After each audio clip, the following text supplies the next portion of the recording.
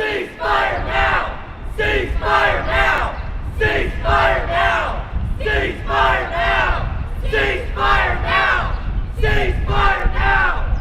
Ceasefire now! We would like to welcome Salma from ACLU.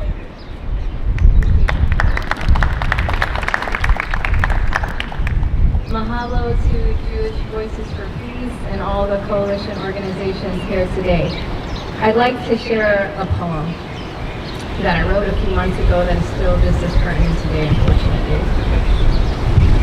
The bedrock of American freedom is the freedom of speech. At least to other nations of the world, this is what we preach. If the freedom of speech is dying in our hands, I ask, in this fight for justice, where will you stand?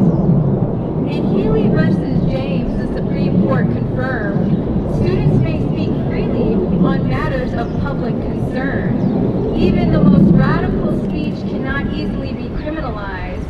This is exactly what Holder versus Humanitarian Law Project tried. Is your speech in coordination with or at the direction of a foreign terrorist entity? If not, then your independent advocacy should absolutely be free. This is the legal test as lawyers we must carefully employ before we set out to label others as terrorists. In doing so, careers we destroy. While watching countless mothers hold their dead Palestinian babies overseas, some activists remark that those thousands of innocent children are planted seeds. Gaza is a mass graveyard for children, as the United Nations has said. Yet even uttering these apolitical words are seen with red. Still, Muslim and Jewish lawyers stand shoulder to shoulder, hand in hand, seeing the largest anti-war demonstrations echoing across our lands, with the utters of ceasefire to save innocent life. Yet why is their call to humanity filled with so much strife? And if not labeled as terrorists, many legal activists are being called anti-Semitic. Are they really though? Or is their advocacy just giving you a headache? Is it not our duty as Americans to civically engage, to turn our pain into action, to purify unprocessed rage? Yet such critical voices are being deemed a national security threat, not just against lawyers and civilians, but even against our U.S. vets. So I ask again, freedom of speech is dying in our hands. Where will you stand? Will you be bullied into staying silent, or will you try to make our democracy more vibrant, more representative, more transparent, more rich? Are we going to let American democracy die in a ditch? Over 100 congressional staffers walked out of their offices in D.C. saying, "We are no longer comfortable being silent. Our constituents are pleading for a ceasefire. Most of our bosses on Capitol Hill are not listening to the people they represent." Tell me, where should these young officials go to lament? Particularly when the only Palestinian American member of Congress, when she shared her indigenous heritage in hopes for progress, she was censored when vulnerably speaking her truth, only to be dehumanized and rejected by her colleagues who called her uncouth. So I ask again, freedom of speech is dying in our hands. Where will you stand? And in 2024, I presume our minds inhabit a higher consciousness, but if I did not remind us of our nation's history, I would be remiss. In 1842, Congressman Joshua Giddings introduced a resolution to ban slavery, but like Rashida Tlaib's ceasefire, was censored too for being too incendiary. And a century later, in 1945, we were the first nation to drop a nuclear bomb, killing 250,000 innocent civilians in Nagasaki and Hiroshima. And if anyone warned against disproportionate revenge, they were beckoned. What about Pearl Harbor? Do you cannot condemn? In this moment, too, condemnation is entirely on Hamas, and folks are being silenced for opposing the high civilian cost. But this is not just a foreign war with no implications at home. Growing anti-Semitism and Islamophobia are being free to roam. Jewish Rabbi Samantha Wool was stabbed to death. 6-year-old Palestinian Wadaya Al-Fayoum was stabbed to death. Inevitably, when warmongering abroad, domestic violence is met. So I ask again, freedom of speech is dying in our hands. Where will you stand? And I know our Japanese brothers and sisters understand this history. Your ancestors being racially profiled in America is no mystery. So I ask you to pay close attention to what is unfolding right now. Muslim Americans are being deeply persecuted. You might ask how? In a few months alone, organizations like the ACLU and CARE have received far more legal intakes than most of our employees can fare. Mosques burned, hijabs ripped off of head, public assaults on Muslims, and tens of thousands of Americans being censored, retaliated against, and losing their jobs. The very essence of their careers is being robbed. And for why? For speaking against the ethnic cleansing and killing and genocide of an indigenous population to clear out an oil-rich, profitable land? Native Hawaiians, too, have been dispossessed of their land. The generational harms of which you must surely understand. Because occupying space in Hawaii requires us to educate ourselves on Native rights. Unpacking the pain we've inflicted on our Kanaka will only shed more light. Just as Native Hawaiians shared aloha, welcoming strangers to their Aina, their land, Palestinians allowed for others to go exist in the Holy Land and now are being canned. So I ask again, as freedom of speech dies in our hands, where will you stand? Know that your Muslim and Jewish friends and colleagues in Hawaii are not okay. They get the work done, put on a happy face, but there is so much more they want to say. Our schools and universities are the most vulnerable of all places. Young Muslim kids are being bullied, attacked, and assaulted in school halls.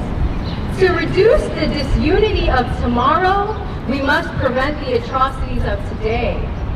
It is our imperative to protect racial minorities who are calling for a new way. To reduce the disunity of tomorrow, we must prevent the atrocities of today. I'll end with the words of Black ally, Mozambique President Samara Machel, who said, "Solidarity is not an act of charity. It is an act of unity between allies fighting on different terrains towards the same objective. Solidarity has no race, no color. Its country has no frontiers." So if you witness a Muslim or Jewish colleague being illegally censored for their free speech on Palestine, will you take the opportunity to help them? Call ACLU? I'll ask one last time. As freedom of speech dies in our hands, where will you stand? Thank you. Peace and blessings. Assalamu alaikum.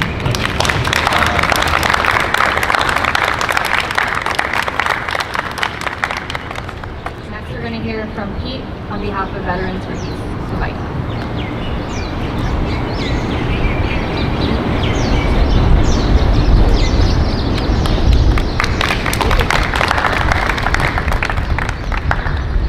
Aloha mai kakou. My name is Pete Shimazaki Doctor, speaking on behalf of Chapter 113, Veterans for Peace, one of the co-founders. One of many vets express our disgust and remorse with the slaughter of so many that we've heard today that I dare not keep repeating. And that's why we're here, we know that. Nothing as horrible as happened on October 7th justifies what's happening and what's been happening not only the last 4 months, for the last 8 decades.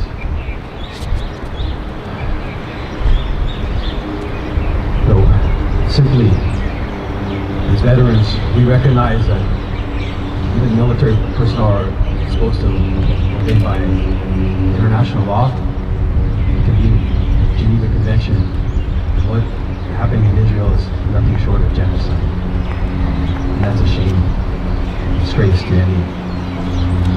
person that values military service. Before I close, I want to honor a few besides the tens of thousands that perished. That must be said and reminded that in the wars of the 21st century, that disproportionately civilians have suffered and died more than those that wear uniforms. I want to honor one particular military vet.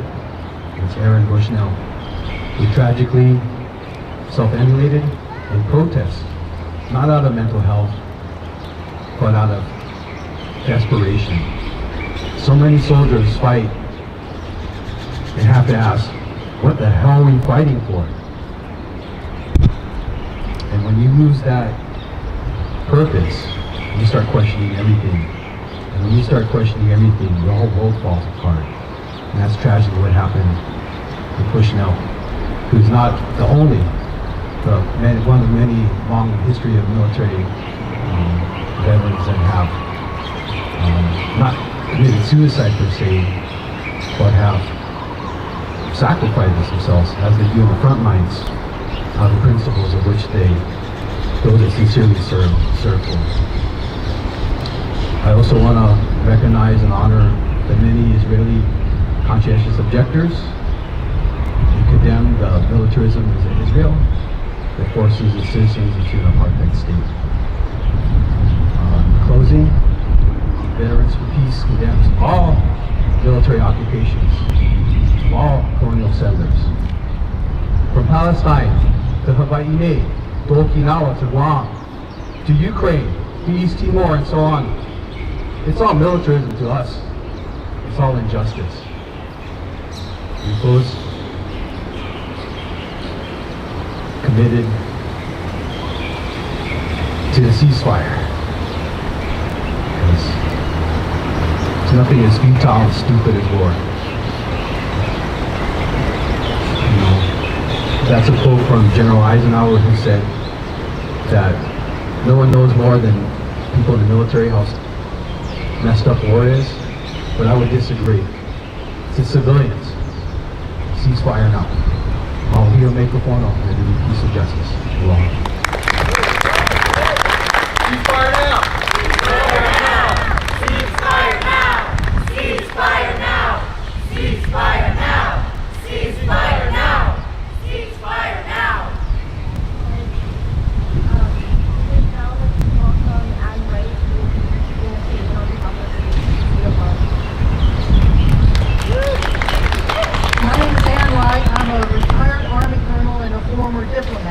I resigned 21 years ago in opposition to another war, the war on Iraq. Since then, I've been a member of Veterans for Peace, like Pete, and I want to read a statement by another Veterans for Peace, Jason Missoula, who lives over in Molokai and is not with us today. But he's the guy that's generated the petition that now has 2,600 signatures, which says that the governor should renounce this strategic partnership with the state of Israel. And in his petition, he says, the state of Hawaii's strategic partnership with such a government contradicts our values here in Hawaii. Values rooted in respect for all life forms and peaceful coexistence. By continuing this partnership, we are co-signing these acts that go against our principles. Occupation is not aloha. Apartheid is not aloha. Genocide is not aloha. Thank you, Jason, for these good words. Thank you.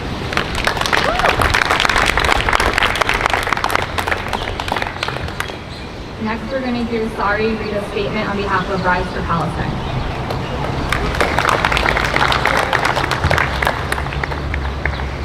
Rise for Palestine said the International Court of Justice has found Israel's actions in Gaza likely constitute war crimes and genocide. In direct violation of international law, the contract between Hawaii and Israel not only supports the current genocide of over 30,000 innocent people, 13,000 of which are children, but also supports the same system of colonialism that continues to cause harm to Hawaii, and in particular, Kanaka Maoli.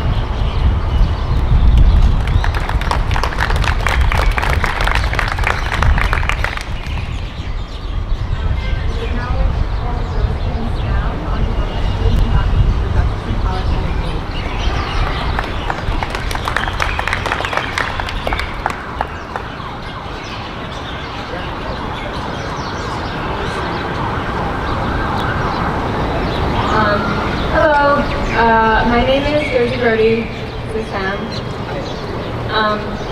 And we're here from SFJP, that's Students and Faculty for Justice in Palestine at UH. I'm a first year PhD student, and I want to be here representing students to learn at UH. We come to learn how the world works, how to make the world into a place that we can be proud of, a place that we can feel safe and happy. We believe that the university can and should be the kind of institution where professors and students learn, practice, and model justice. But this is not possible with Israeli universities partnering with our university, institutions which are actively complicit in the ongoing genocide and ethnic cleansing in Palestine. As students, we are eager to learn about the history of Palestine. I appreciate other people today sort of pointing out the connections between Palestine and Hawaii. We noticed that the gradual dispossession of Palestinian people, and sometimes less gradual dispossession, and their ongoing marginalization on their own lands mirrors the dispossession and marginalization of Hawaiians in Hawaii. And likewise, we notice, as other people have, the role of militarization in both places as the army gobbles up land, resources, money, and bodies. The state of Hawaii, the state of Hawaii's apostrophe, it's hard to read this with the sun. Strategic partnership with Israel is unequivocally leading into the worst parts of both our states. As a Jewish person, I am deeply saddened to see my cousins occupying Palestine and complicit in a system which the UN, the ICJ, and other international organizations have warned is participating in apartheid, ethnic cleansing, and genocide. While Israel should certainly be held accountable for its own actions, it's important for those of us who pay taxes to America to see how the US is enabling Israel's crimes. Likewise, is Israel's example not likely to normalize the worst behaviors here in Hawaii? To be complicit in Israel's inhumane treatment of Palestinians is to deprioritize our regard for life and thereby make all of us less safe. We can already see how our complicity in Zionist cruelty has taken a toll on the already precarious health and well-being of citizens across America as we stand here mourning Aaron Bushnell. And I want also to point out, like, when people are saying, oh, it's mental health, like, on the one hand, I think they're saying that to invalidate the thing that he did, so he's just crazy. But I also just want to point out, like, genocide should take a toll on our mental health. Like, how are we supposed to be well when people are being killed? So, sorry, that was a side note that I did not consider that. I also want to point to the arrests of student protesters across the nation, from UMass Amherst to Stanford University, the University of Michigan, and many, many more. In my studies at UH Manoa, I don't want to learn that in Hawaii, a person's willingness to stand for what they know is just will put them in bodily danger. I want Governor Green and the rest of the government to prioritize citizen safety and well-being over partnerships with corrupt nations, please. For all of those reasons, I stand before you begging that you will terminate partnerships with Israel for our sake and for the sake of everyone out there. Thank you, guys. Woo. All right, next we're going to hear from George Huda from Seville, Hawaii.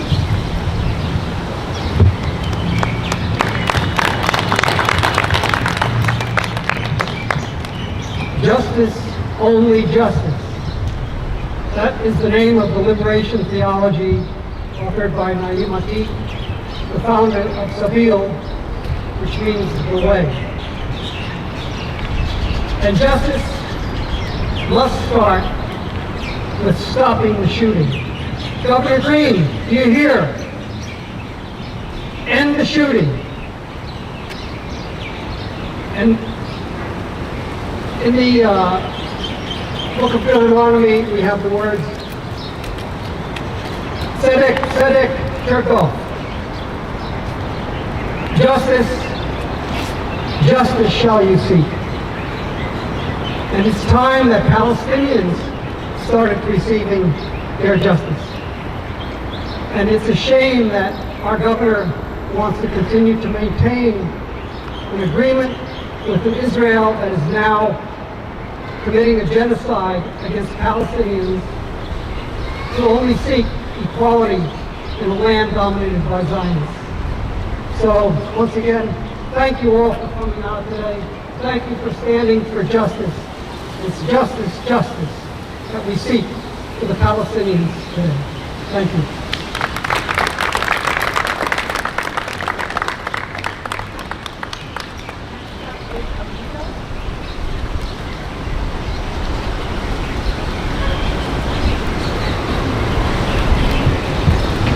Hi, my name is Malika Valdez. I'm from Hawaii, Honolulu, and I rally with people of color, people who are discriminated against, especially for the Palestine. And I stand for also for the street vendors and community. And this is what we need in Hawaii as well. We need people with a voice to stand up and fight back for themselves. And also justice for the color, equal justice. I see this in Cali, this in Hawaii. Oh, the rich people are getting a bail, or and then the other people are not getting the equal bail. This is wrong. For example, we need to fix the corrupt justice in the system in Hawaii as well. And I didn't know Hawaii, when I was small, I didn't know Hawaii was stolen. So I learned that Hawaii was stolen by colonials. And in fact, where I was in California, I didn't know California was Mexico. So I didn't learn this in school. This is all confusing for me. So I decided to study and learn what's happening around the world. And I feel like it's wrong, they're committing genocide. And I feel like people need to stand up for us as well, regardless, because I don't want war in Hawaii. I don't want war anywhere. We want peace and we want solidarity. That's it. Peace for Palestine, peace for Hawaii and California, peace for everywhere. Ceasefire now. Thank you.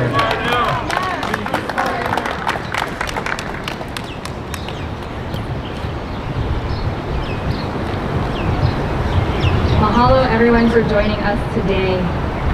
We are asked to point out that a few times during this press conference we heard military jets above us and none of us flinched. And this is the sound that Palestinians hear seconds before they are bombed, having no idea where that will fall or who they will lose next. And that is a privilege that we need to sit with and think about. Today, we stood in solidarity with the people of Palestine and all those who suffer under the weight of injustice and oppression around the world. We have come together to reaffirm our dedication to a world where every person, every community, every stretch of land is treated with the respect and dignity they inherently deserve. Thank you to everybody for standing up for injustice, for standing up against genocide, for refusing to let your voice be silenced by our elected officials, for refusing to believe the lies the media is perpetuating, and for refusing to refusing to be with anything other than the truth. Free Palestine. Free, free Palestine. Free, free Palestine. Free, free, free Palestine. Free, free, free Palestine. Free, free Palestine. Free, free Palestine. Free, free, free Palestine. Free, free, free Palestine. Free, free Palestine. Free, free Palestine. Free, free, free Palestine. Free, free, free Palestine. Free, free Palestine. Free, free Palestine. Free, free, free Palestine. Free, free, free Palestine. Free, free Palestine. Free, free Palestine. Free, free, free Palestine. Free, free, free Palestine. Free, free Palestine. Free, free Palestine. Free, free, free Palestine. Free, free, free Palestine. Free, free Palestine. Free, free Palestine. Free,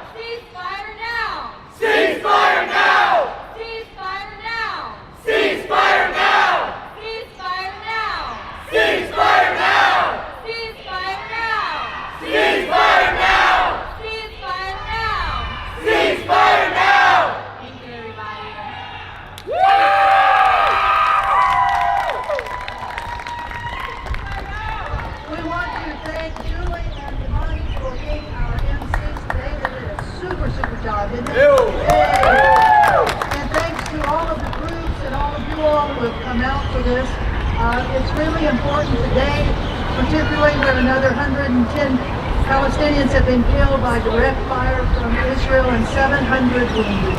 So thanks for coming out. And does anybody have an idea where the next rally is or when it's going to be? Saturday.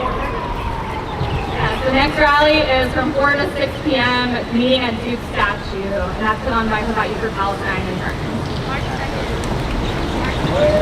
March 2nd. On Sunday, or Saturday, sorry, Saturday. Well, again, thank you all very, very much for coming out. It's so important. Be sure if you've got pictures or our camera people, tell us where we can find what you filmed so that we can move it on social media. Because as you saw, we only had one person that was here from the media.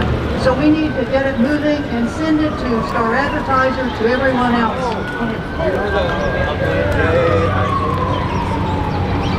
Okay, he's going to Google Drive over and share it out. Okay, thanks again for everyone for coming out. Thank you.